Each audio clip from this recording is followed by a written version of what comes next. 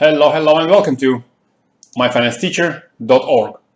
In this video, I want to look at a whole 5 assets with you. So this is like a 5-in-1 video.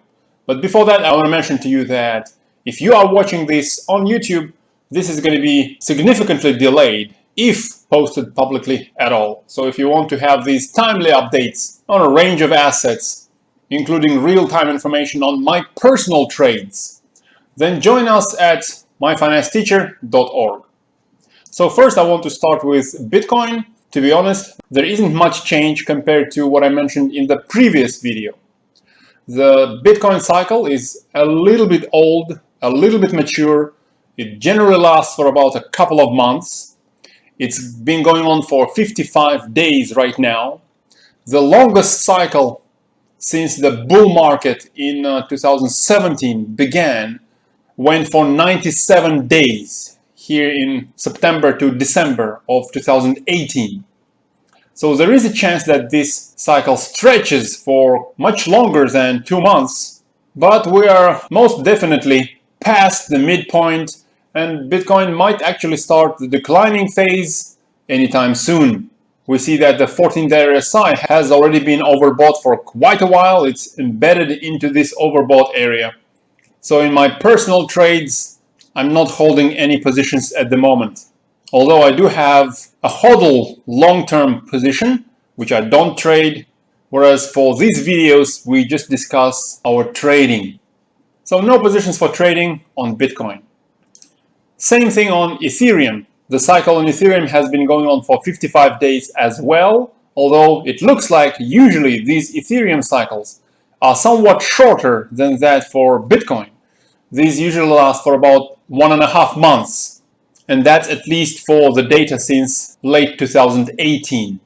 So we are pretty late in the Ethereum cycle, and Ethereum is diverging from Bitcoin. We see that Ethereum is already in this downtrend channel. It's been in this downtrend channel since late April. Today it's tested the upper range of this channel and is retreating somewhat. So over the next couple of days, it's probably going to oscillate back down to the lower range of this channel, possibly somewhere below 190. Over the next few days, though, maybe a couple of weeks, I would expect a cycle low on Ethereum, maybe to retest this 200 or 50-day moving average. That would be somewhere at about $170 or thereabouts. So again, I do trade Ethereum, but at the moment, I'm not holding any positions. Once we see a low, somewhere within the usual range for the duration of these cycles, that's when I would be ready to enter long positions and let you know in real time at myfinanceteacher.org. Next, let's have a look at S&P 500. This cycle has been going on for 44 days.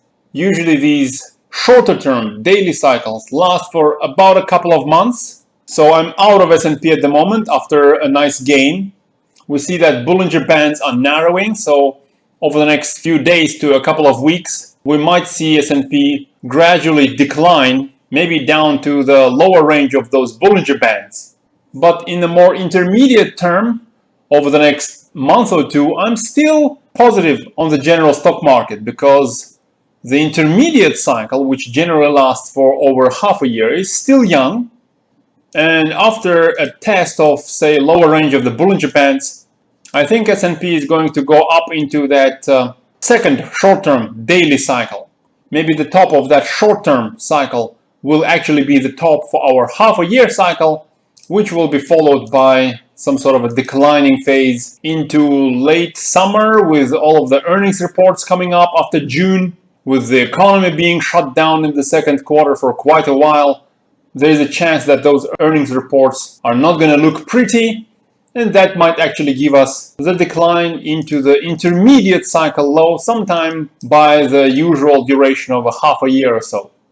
By the way, our next FOMC meeting is going to be on the 10th of June.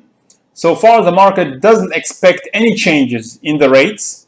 However, just a week ago, a small percentage of investors did expect a slight increase in interest rates. If we look at S&P 500, a week ago it was a little bit higher than it is at the moment. And if by early June we rise into the second short-term daily cycle on S&P 500, possible break above the 200-day moving average, then maybe even more investors might expect an increase in rates.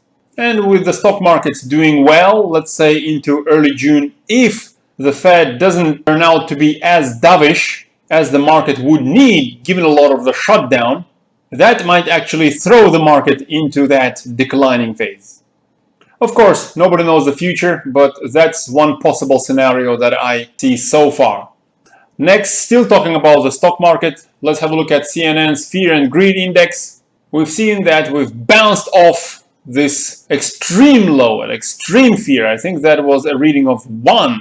We're up to 40 at the moment, and 40 is still within fear, although not extreme fear, which means I think that we still have some room for improvement, some room for continued rally in S&P 500, maybe not in the short term, but in the intermediate term. Looking at S&P futures, before the markets in US open, the futures are actually already 1.25% up. So that's quite interesting, but despite the futures being up a little bit, I'm still a little bit skeptical. I would actually like to enter sometime into the middle of May, closer to the usual time for a dip. So on the S&P 500 and on the general stock market, I'm still waiting. Same as with the previous two markets, no current positions. And the place where I do have a position is the gold market.